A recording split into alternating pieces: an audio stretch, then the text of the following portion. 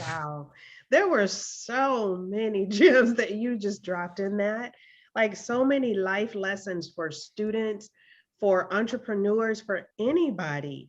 You stayed focused on your goal and you were willing to sacrifice, and it was provided for. You got all of it. You got everything. That is so amazing. So amazing. So I want to shift gears a little bit and I want you to tell us what it is that you do as an entrepreneur. And for those of us who might be new to it, if you could kind of explain it to us in a way that we can understand it, if maybe we were in third grade. Of course. So I'm a metaverse business consultant. I help people navigate, build, and profit in this world that we hear all about right now, the metaverse. And understand this about the metaverse. Whenever you hear somebody say that, they probably mean something totally different than what another person said. Because it's so ill-defined right now, everyone's kind of using their own definition and understanding. So you have to have that filter. You have to ask yourself, okay, what is this person really talking about? When I discuss the metaverse, I'm talking about an interconnected web of technologies. For example, how would we explain the internet to somebody 100 years ago? It'd be very challenging to help them wrap their minds around that because they don't have any place to reference.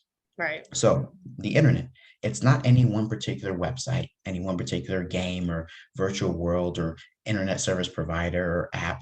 Instead, it's this interconnected web of all these different technologies. All from all the hard lines that go underground to connect the world together, from Wi-Fi, the internet, search engines, all of these different things come together to form this collective idea that we call the internet. And so the metaverse is similar to that type of idea. It's not necessarily one particular place. Oftentimes, when we hear people speak about it, they're talking about these virtual worlds that you can put on virtual reality headsets and explore. And that's absolutely a part of the metaverse, but it's a much broader concept. So the metaverse includes blockchain technology, meaning cryptocurrency, NFTs, augmented reality, virtual reality, and yes, virtual worlds and gaming. So all of these different things and more come together to form this idea of the metaverse. So there's all these different ingredients that I just listed out for you. And NFTs are one of the key ingredients, and they serve as ownership within this metaverse world. And so you'll see microcosms of the metaverse, meaning places like Somnium Space, Decentraland, the Sandbox, where Snoop Dogg just bought a whole bunch of land in, right? And you'll see those headlines. So there's all these different microcosms of the metaverse, but this broader, more all-encompassing metaverse is still being worked on and developed as we speak. But I help people navigate this entire space because it is very challenging. And right now, my main focus is on the NFT side of things. And again, that's just one ingredient. There's tons of others that we're going to start mastering. I'll help people with as well. But right now, I'm doubling down on NFTs. Okay, so I'm gonna let you correct me where I'm wrong because I have like this much of an understanding of NFTs.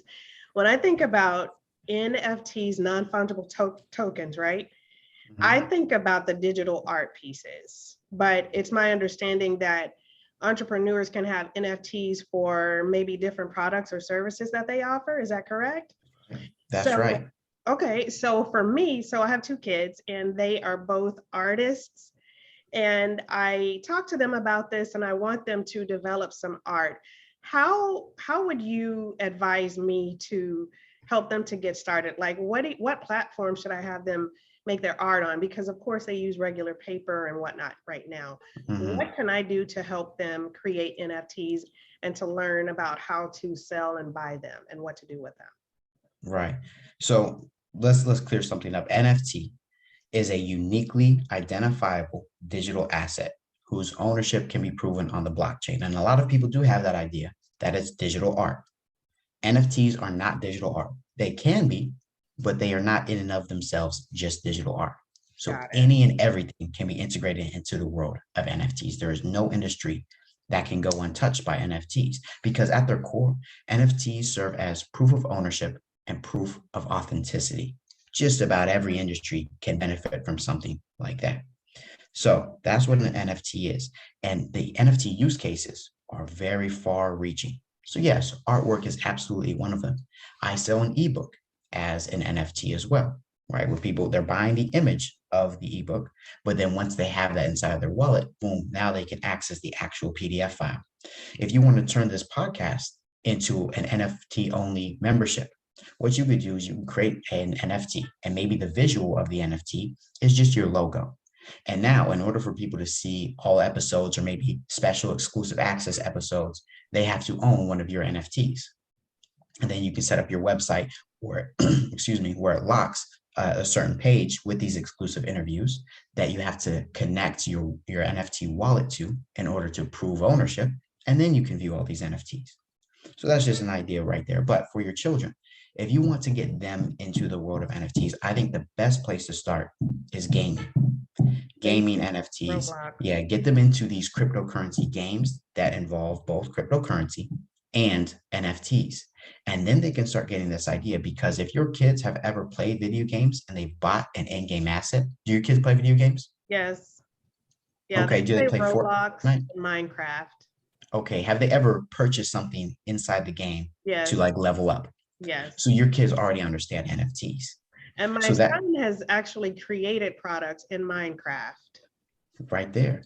So look, that's an NFT, right? It's not officially an NFT because it's not on the blockchain, but as these big games start integrating NFTs, your kids are already going to be in a great position, because traditionally, when you buy an in-game asset to level up your character from a game developer, boom, you pay inside the app, it goes into your account, and now you own it.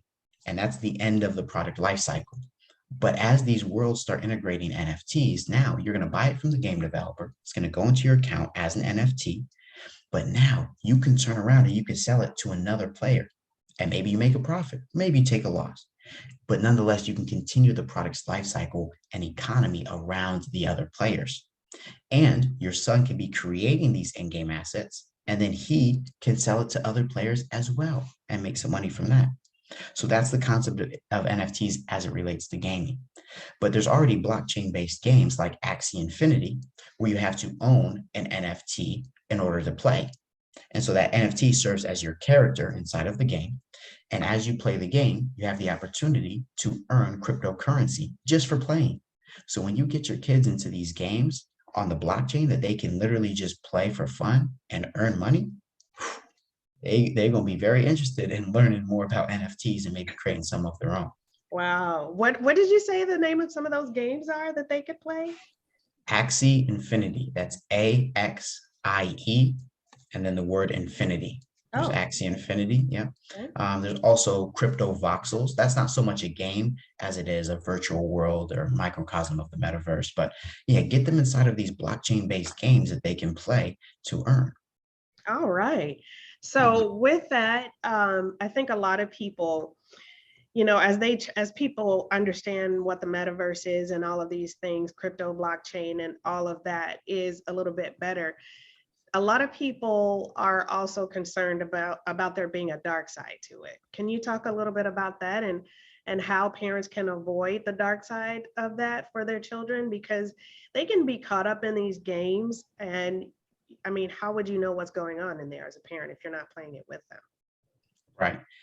And that's the same question and concerns that people had when the internet was getting started. And they still have them now, of course. And there are those dark sides to the internet for sure. And a lot of the same precautions and security measures that we take just on the internet are going to be applicable to the metaverse as well. And I think that the biggest risk, the biggest dark side of this metaverse world right now is scammers. So on the internet, of course, we have the scammers. We also have inappropriate websites and places where it can get even darker than just scamming for money. But with the metaverse, that's where I see most of the risk, most of the security risk is getting scams and having your NFTs or cryptocurrency stolen.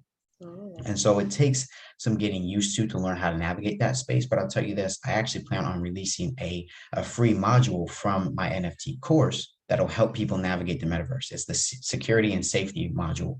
So I'm going to release this for free so that everybody can watch this and know some precautions or some precautionary steps to take and the most common scams inside of this metaverse space to help protect themselves. So I plan on releasing that to help a whole lot of people, but it really comes with experience. It does. You've got to get your hands dirty in the space. And as you start involving yourself in this metaverse world, you'll start being better able to know what to look for and maybe your kids like already done playing and you want to check in, see what's been going on, you can just go in and you can check that. For example, if they're doing transactions on the blockchain, you can go and look at those transactions. It's available for everybody. So there's a lot that you can do to protect yourself, and just having good knowledge and understanding and experience in the space is the bare minimum.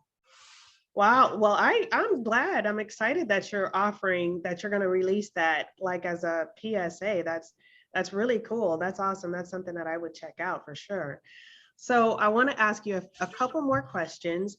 So we talked about your growing up and your educational experience. How would you say, if you had to sit back and reflect on how your educational experience through all that you've gone through, how did it impact you getting to where you are now?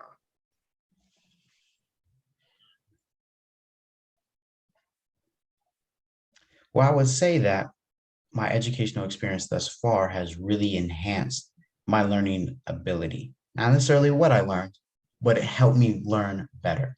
And I think that the main cause of that was not necessarily how I was taught in school, but because I was constantly learning things on my own. Mm, And because I was constantly learning things on my own, I had to find a way to become more efficient at learning, because I was fitting like full curriculums of my own inside of my educational experience already. For example, in high school, we have I literally created my own semester, right? I created my own I custom would have semester. loved to have you as a student. I wrote Wow. this, I was taking all my classes already, but I was so insanely obsessed with learning these other things on my own. I Yeah. wrote down this list. So a semester was like 10 weeks. And I would write down all these different topics that I wanted to learn. And I would assign each one to a week. So maybe I was studying religion for 1 week, architecture for another. Maybe I was studying nutrition. And these are all things I actually did put on this list and study. And so for that week, all my free time after school, after sports, I would come home and I would just research this. I would just research that as long as I wanted. And if I ever got to a point where I was like, oh, this isn't as interesting as I thought it was going to be, then what I would do is I would just change. I would just skip to the next week and start that one early. And if I was really liking what I was getting into, then I would double up. For example, I spent a long time researching religion and the Bible. And I was literally like going into the Hebrew words in the Bible just Wow. to figure out what they were talking about and see if there was maybe a different meaning to that. But that's what I was doing. And it was very obsessive. Like, this was not Yes. something that was Common normal. gifted characteristic. I had this compulsion. I was just compelled to learn these things, and I had to create my own semester in order to fit that into my schedule. Wow, that is so cool. Cool. So what advice would you have for kids who are maybe they're in elementary, middle school, high school, and they are in a situation where they are bored in class? They're not, they already, they maybe they know most of what they're learning.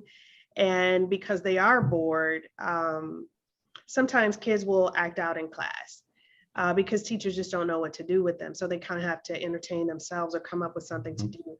Is there any advice you could offer to kids in that situation? Of course, and that's a good point, because that boredom that will get you in trouble, Yes. which is why I would fill my life and schedule with these other things. And this is what I recommend to all students and just about all grade levels: is have something more in your life than just school. Oh, wow. I got to a point where I treated school as the side hustle. And Nice. now I got to that point because I learned how to learn. I knew how to play the game. And you might have to spend some time early on figuring out how you can get these good grades, because you do want to get these good grades, I would say, because it does play a role in your reputation and how you're viewed and the opportunities that can come your way. So absolutely find a way to nail your classes, but nail them quickly. Learn quickly and learn how to play their game. And then you can start having these other side hustles. And maybe they're just passion projects. It doesn't have to be about money. Just have something that is far more important to you than school. Have that going on and have that being worked on. For example, if I was in classes that I really didn't care about, I would just be, some classes, it would be appropriate to have my laptop out. I'd be doing totally other work. I'd be building landing pages, right?